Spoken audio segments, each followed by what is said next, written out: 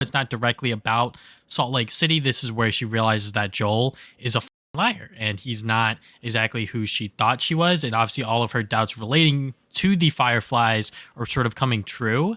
So he doesn't outright confess to it until the sort of porch scene, which is my problem with it, right? Because I think in the game, when we find out that like Ellie went back to the fucking hospital, she went through all of their stuff, came out, and then, it's like it's such a powerful scene that to replace it with something like this, it just doesn't feel as strong. I get what they're doing. They sort of did that sort of little setup with, placing the sprinkles of like Eugene in there and sort of like that sort of fallout with Gail that Joel has with her.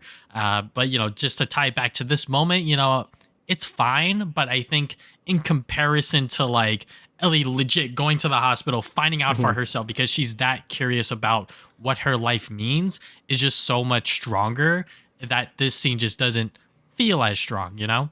Yeah, I agree. Like, I do feel like the whole Eugene thing is like, I get what they're trying to do. Like, it's more like symbolic of like how Joel is as a person or whatever. Because it's just like he just straight up lies about it after he kills him, and then Ellie's like putting it together, like oh, like you're just lying about it, like you lied about the Fireflies or whatever, and like that's fine. But I do agree that I think her going to the hospital and sort of like learning about it herself, like she already has suspicions also in the game that he wasn't telling her the full truth, but her going there and learning about it herself just feels more of like a thing Ellie would do.